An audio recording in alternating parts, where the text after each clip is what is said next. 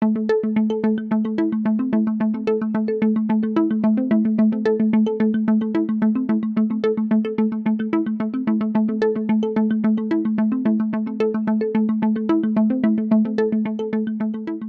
Hugh has asked me along today to talk to you about the difference between people who are highly successful and people who are not just as successful, and what's the difference that makes the difference.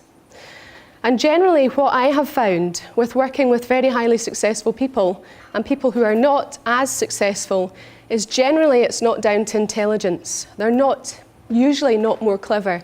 They think differently. Yeah, and that's what we're going to look at today, how they think. And some of this stuff you will really resonate with and you'll be doing already. And then there'll be other stuff that you'll think, I should be better at that, I should be doing more of that. Or perhaps something you haven't thought of. You know, highly successful people always start with the end in mind. And that's why I've got this as the first slide up. Because I think, you know, it sums it up. Every great entrepreneur that I have spoken with and every great athlete that I've also had the pleasure of working with, all of them always imagine achieving the goal. They actually can see it, or they feel it, or they hear it. You know, some of them imagine receiving the check. Some people imagine crossing the line and jumping for joy and being all excited. Or some people just see the give back to the community and smiles on people's faces. But whatever it is, they have very clear, specific evidence of what they would see, feel, and hear if they were to achieve it. And that's always in sight. It's always in sight, and they're always calibrating, am I moving closer towards or further away from achieving that all the time, every day in every way, that's in sight. It's never forgotten. And the difference often with people that are not as successful is that they tend to focus on the detail, and they fall into the detail, but the detail is a trap. Okay, the detail's a trap. And if you fall into it, you need to pull yourself out and get focused back on the vision and your big goal. So I guess the thing is, how many goals have you got? And how good are you at goal setting? And how often do you focus on those goals? Because some people say, yeah, I wrote a bunch of goals, but actually maybe haven't reviewed them or looked at them in maybe 1 or 2 years. You know, do you have daily goals? Do you have weekly goals? Do you have monthly goals? And do you have annual goals? Do you have goals for the next 5 years, the next 10 years? Do you know when you want to retire and what lifestyle you want to be living? Have you thought about that? Because that's the difference with highly successful people. All this stuff is on their radar. Where are you right now? And I want you to go around all of these areas, because highly successful people do not just focus on one area. They don't just think if business works or if my income's there, you know, everything's fine. They know that you have to be well in your health, your spiritual, and the spiritual is just in give back. It's not necessarily religion. You know, your family, your friendships, travel, social, your income, your finances, your career, all of these areas need to be looked at to get a rounded and happy and successful you. It's called the Wheel of Life, and it's called the Wheel of Life for a reason, and the reason is, what does a wheel look like? Yeah? And have you got a wheel there? Would you have a perfect wheel for a bike, or would it be going down the street like this? What does your wheel look like? Because the next bit is about the action that we take. And that, again, is a difference between somebody who becomes very successful and somebody who's not as successful, is the action that they take. And we take action because of the decisions that we make and how we prioritize and how we focus, how we think things through and decide what becomes a priority to move us closer towards our goal. And again, this is the bit about always having on your radar, am I moving closer towards or am I moving further away from where it is that I want to be? And the bit that helps you prioritize and become more focused or less focused is what motivates you. You know, often people will come to me and ask me to come in to work in their company, and they'll say, you know, come and work with my staff. You know, they've lost their motivation. And I'll ask them, well, where did it go? Did you hire them like that? You know, surely not. So what's happened along the way for them to lose their motivation? And how do we find it? And sometimes there'll be days that you have like that. Sometimes you might be having one of those heavy gravity days where nothing seems to go right. Because highly successful people know that it's about being focused and taking action, but also it's taking action when you're in a good state. And when I say state, what do you think I mean by that? State of mind, yeah? And how would you know if I was to say, check the state of her, oh my God, check the state of her, what would you be thinking? What would you be thinking? Looks like a mess. She looks like a mess, because she might be a bit like, Yeah, so it's the kind of whole state. And I guess the thing with that is, we can spot states, but often we don't take enough care of our own state. But highly successful people do it naturally, and you might do it naturally too. But sometimes you might do it very naturally with perhaps friends and family, and maybe when you're doing research in your business.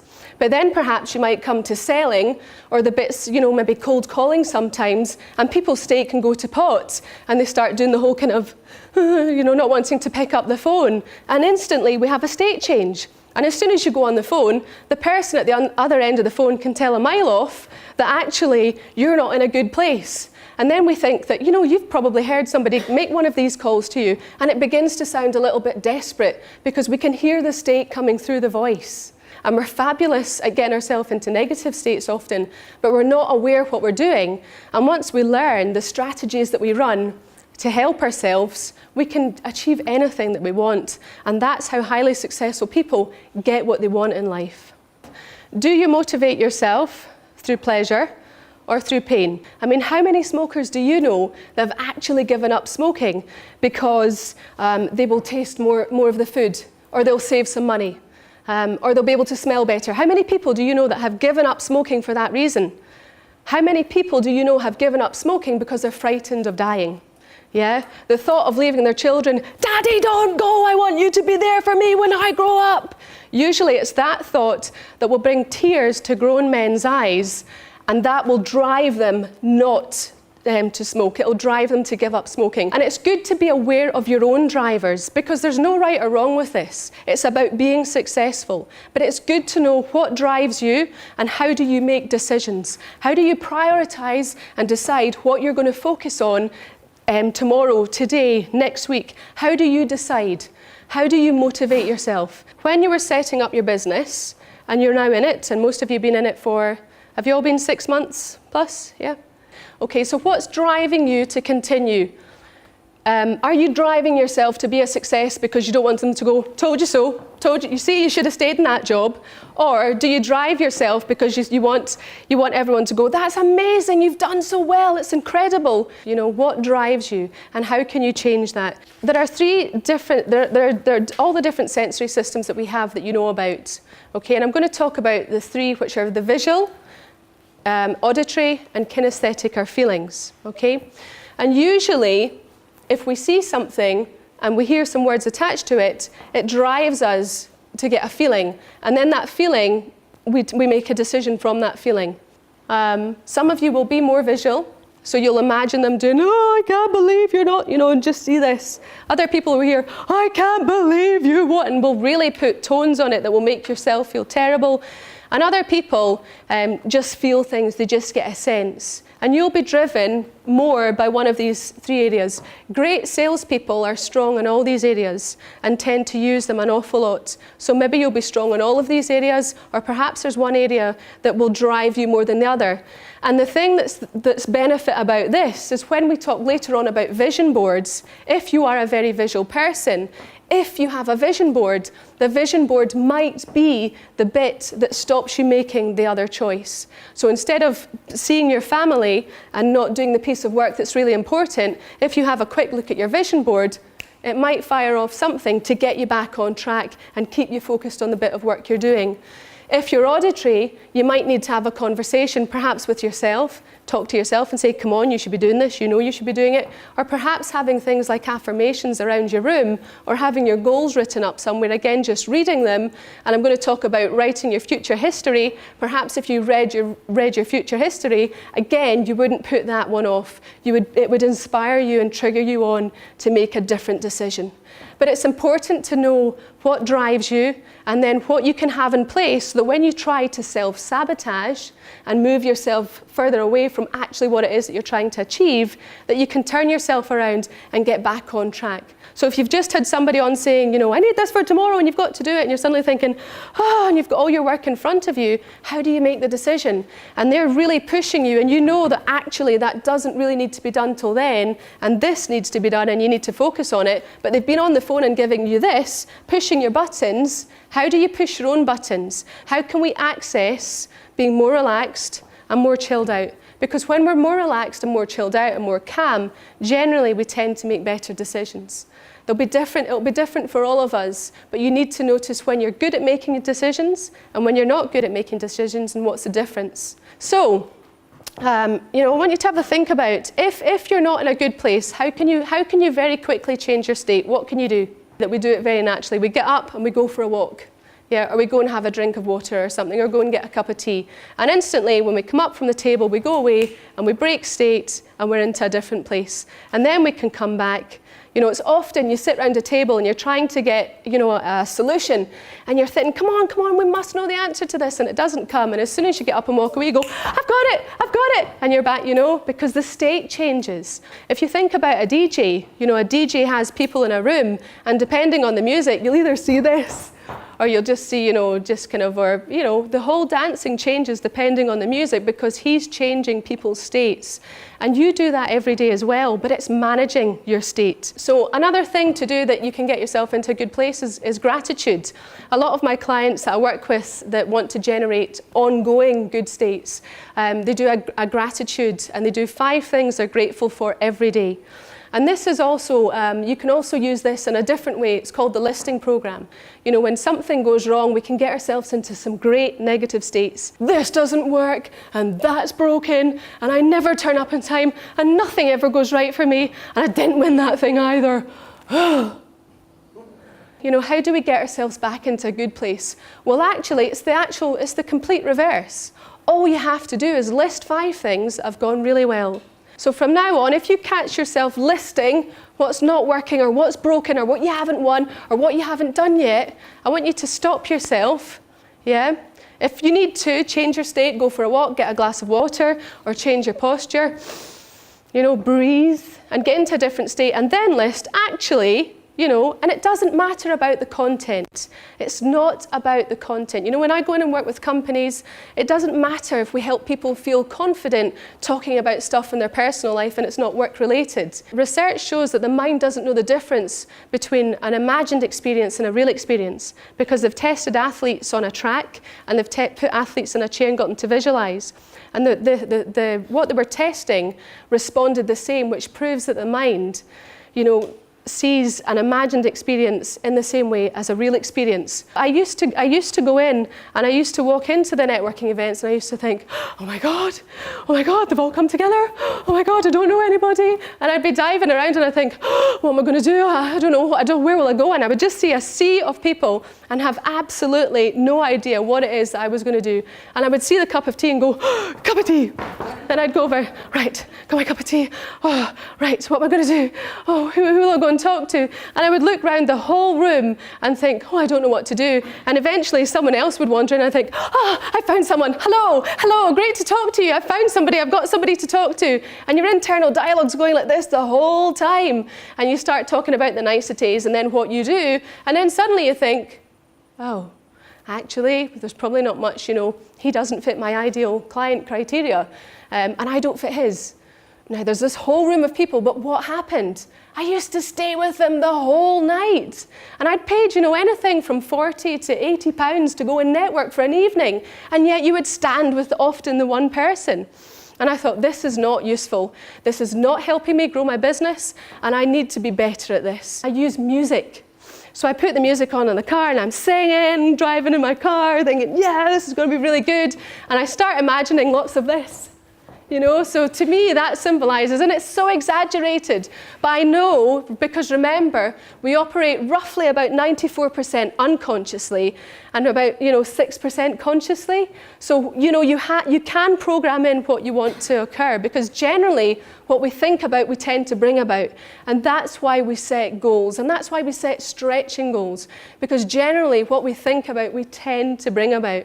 So I'm listening to the music, and then as soon as I come out my car, I've still got the distance from the car, and I don't want this to have a chance to start at me, so I put the earphones in and I turn it up as loud as I can, and again, it's really bouncing, and literally to the minute I'm in the door, and then somebody will come and talk to me and I pop them out. I've practiced, and I know the dialogue that works, and I know what doesn't work.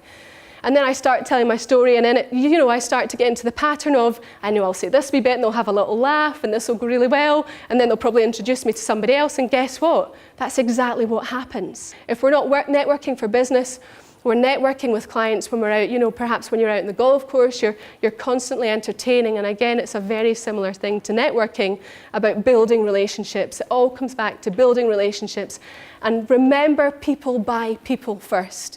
When you're in the room and you're talking, a really, really great tool that I learned a wee while ago was never break a 2 or a 4, okay? Because they're always engaged. And it's a difficult one to break. Unless you're super confident, it's difficult to break because they're chatting. Always break a 3 or a 5 because there's always a spare person, okay? So when you go networking, look for the 3s and the 5s. That's the first thing. Because when you go up, there's one person that's a bit like this, and they're not in the conversation, and you go up and go, hi, and they're like, oh, someone to talk to, and they'll instantly come to you. So break a 3 or a 5. Okay, so how do you move away from somebody? How do you move away from somebody you know is not good? It's always a difficult one. However, I don't know if anybody uses this. I will say, we've paid to come networking tonight, and there's a whole room of people here that I don't know. What about you? And they'll say, no, not really. I'll be like, come on, let's go see who we can find. And you take them with you. And the second thing is, remember, what is networking about? Networking is about getting somebody so curious that they want to continue the conversation. And what I've noticed works is to get people curious, is, they'll say, what do you do? And instead of saying, I'm a coach, I say, well, I help people get what they want in life. And they say, how do you do that? And I say, what do you want? And they say, no, how do you do that? And I'm like, no, what do you want? And they're like, oh. I'll say, come on, what do you want? Well, da-da-da-da-da-da. And they'll and I'll say, I had a client just like you, and we did this and that, and they got this. And they were like, oh, really? And I'm like, yeah, why don't we have a coffee and have a chat about it? And then we have our next meeting. You see, because it's all about getting enough curiosity that they come to the next meeting. And again, even at the next meeting, I wouldn't say, I don't give away what it is that I do. I don't tell people, because they would make assumptions of whether or not that would work for them. And how do they know who I am or what I'm capable of? I know what I've achieved because of my past record. And again, it's back to this. I'm listing in my head the whole time, well, I've done this, I've done that, I've done this. I know I can do that. I probably could help her with this. So you see the positive self-talks going on all the time, the listing program about how I can help her, but I never give that away to them. But the reason they are where they're at is because they don't have your solution. You see? But sometimes when we tell them our solution, they make assumptions that are not always right about whether or not we can help them, when we know we can. I wanted to talk as well about another wee thing with regards to getting into a good state is, you know how we all talk to ourselves? Yeah? And we all do it. We all do it. I know that we were told when we were little that if you talk to yourself, you're mad. And people still say that to this day. If you talk to yourself, you're mad. Nonsense. If we didn't talk to ourselves, our heads would explode with all the information that comes flying at us on a daily basis. However, sometimes we can talk to ourselves in a way that helps us move towards our goals, or sometimes we talk to ourselves in a way that makes us go, back into this unresourceful place. I was working as a sales coach, and I was asked to go and train with one of the coaches that trained coached the directors in the bank. And the event was in London, and I was all excited, but I was the only person from Scotland going from retail banking, and everyone else was going from head office. And I was thinking, what will I wear? What will I wear when I go in this? I don't know what to wear, because with my kids, I had my jeans and my baggy t-shirt, and at work, we had the kind of air hostess look going on, where we had the tartan uniform with the scarf tied up and all the makeup, and I'm thinking, what will I wear? So before children, I wouldn't have thought about it. I would have gone out and bought clothes and just gone and done it. Whereas it was a real kind of, not sure. So I went off to the shops and I bought some very pretty outfits that before children I would have worn with ease. Whereas I kind of liked them still, but I was still a wee bit apprehensive. So I packed my suitcase and I fly down in my jeans and my t-shirt. And in the morning I woke up and it was a beautiful day and I had these lovely summer outfits. And I put the first outfit on, so it was a wee white skirt and a pink top with a white flower, so it was all matching. And I walked into my bathroom, and it starts, they're going to say, who do you think you are? Yada, yada, yada. And I went back through to my bedroom, and I took the outfit off, and I put my jeans on and my t-shirt on. And then I went out the door, and I'm thinking, and I'm meeting other people, and they're all in these beautiful dresses. And I'm thinking, you idiot! Yeah. Oh, morning! Oh, you stupid fool! You know what I'm thinking? Anyway, we went into the first part of the session, and I'm giving myself a hard time, so I'm walking in like this. And we went into this room, and there was about 30 of us. And we sat down, and halfway through the morning, the trainer says, you know how we all talk to ourselves? And I was like, we really do that? We really do that? I was told that if you talk to yourself, you were mad, and I've done it for years. Everybody does that. And everyone else in the room was just looking ahead, and I was like, was I the only person that really didn't know that? And it was so funny. It was such a revelation. And he said, if you talk to yourself in a bad way, and I'm thinking, yep. He said, I want you to try this. And he told us to use the voice, change the voice. So use the voice of Mickey Mouse, or the most sexiest voice you'd ever heard, something like that. So the day went through, and I was quite excited, and I went to bed that night, and I woke up the next day, and I put the same outfit on. And I walked back into the bathroom, and it starts, they're going to say. And I actually did this to the mirror. Not this time, you don't. And I'm like that, play. They're going to say, who do you think you are? Not so smart this time, are you? Ha! And I was like, yes! Ran out the door, and I'm out the door going, yeah! I'm out the door! Morning! I was so chuffed that I'd actually got through that door and got down. And I tell you what, my confidence just went whoosh, absolutely sky high again. For those of you that have done it, because we don't always give ourselves a hard time. Highly successful people are very good at saying, you've done it before, you can do it again. How are you going to turn this around? Come on, pull yourself together. You know you can do this. You've got this and this. And we'll talk to ourselves in an encouraging way. State leads state. Yeah, so state leads state. And the strongest state will always lead. Okay? And that's why we have, you've probably heard the word mood hoover, right? Yeah? So somebody who's like, sucks up moods, okay? So they can a mood hoover, like, oh my God, you won't believe this, so excited, oh my God, and they can lift you up, but they can also go, oh God, it's not working, I don't believe it, And there are people that will lift you up, but they can also crash you down, because state leads state, and the strongest state will always lead. And again, going back to the networking thing, people buy people first. Often it's not about the words. The words are important, and what we say, it's how we make them feel. How do we get them curious? So some people, again, you need to work at the visual, getting them thinking visually, have good, warm, resonant tones, so that because, often if I was to speak like this at you the whole time, it would get quite annoying, and you'd probably, I'm not sitting listening to her. So think about your tones. Are they warm and resonant and friendly? And when you're asking them questions, what pictures are you building in their head? And does that take you closer towards where you want them or further away? And remember, if they're a bit like this, then you just have to keep being really friendly and chatty and maybe go a bit over the top, because state leads state. Because if you actually do smile at somebody that's not smiling, it's very hard for them not to smile. Vision boards and future history writing. Again, talking to people that have achieved success. There was one guy that said, Debbie, all I could see was a cheque with my company's name and the amount of this money written on it. And anytime he went into a meeting, he always just saw that. So a vision board is fabulous. And the future history writing is basically about describing your vision board in a paragraph. Yeah, so that if you're not as visual driven, if you read the paragraph, that will work for you. But it's good to have them both. A lot of companies, the bigger your companies get and the more employees that come into your company, remember, not everyone's going to be like you. Not everyone's going to want to hear stories or read things. Some people want to actually just look and get it just from looking. Okay, so it's good to get into the habit of using different mediums, even though it maybe doesn't sit with you. Remember, the more mediums you access to help yourself, the more you can give to your employees as your business grows. Spend time with people who are successful. Network with people who have been there, seen it and done it, and can give you advice. because they will help lift you up, they will help inspire you, and they will give you tools and techniques to catapult your business forward. And they will also give you the confidence and self-belief that your business will be what you want it to be.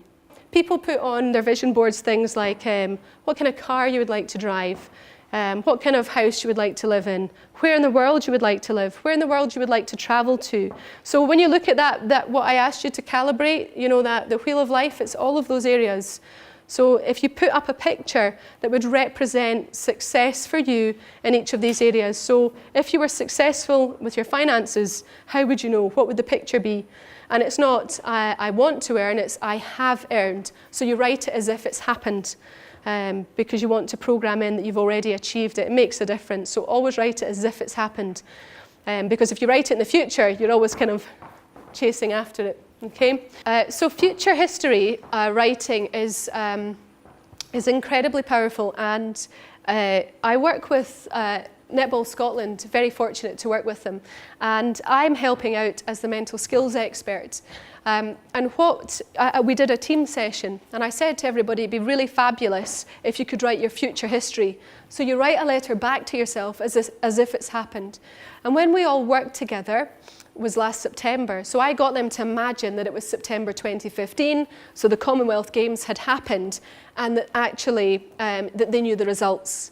And I said, what would be a really fabulous outcome? And they also had the World Cup, the qualifiers for that coming up. And from a team that were in the past, you know, used to being beaten, I guess, especially by you know, the team just across the border, England, and Ireland and Wales, you know, it was pushing people to think beyond what they had been used to seeing. So each member of the team did their own future history writing, and I got them to write it down. And I said, you know what, if it doesn't excite you enough, I want you to rip it up and rewrite it, because when you read it, it has to absolutely, you know, you have to feel the fire in your belly and the passion again when you read this paragraph of what you would like to happen. And I'm delighted to say that some of the girls have fed back to me that when they wrote it, well, there was one person in particular that fed back to me that when she wrote this, they knew that the test matches were coming up, and they also knew that the World Cup qualifiers were coming up. And they wrote that they would beat a Caribbean team in the test matches, and they would also qualify for the World Cup. And there is still more to come, which we haven't discussed yet, about what will happen through the games. And I think it's good to leave that for just now. However, so far, they beat everyone in the test matches 3 nights in a row. It was Trinidad and Tobago, and they also qualified for the World Cup, and they're absolutely delighted. And I guess perhaps that would have happened anyway, but you know what? The highly successful people always almost immerse themselves in the experience of having it now and getting really clear on it, so that if there's a time where something comes along and you're taking action and you want to go, you know, they've got something to pick themselves back up again and get back on track. And that's what a future history can do for you. They're very clear on exactly where is it I'm going. They get themselves into a good state, so they're always able to access and generate good states. And again, remember, it doesn't matter about the content, it's more about just getting the state right. So you start state, structure, and content in that order. And then they're very good at taking the right action.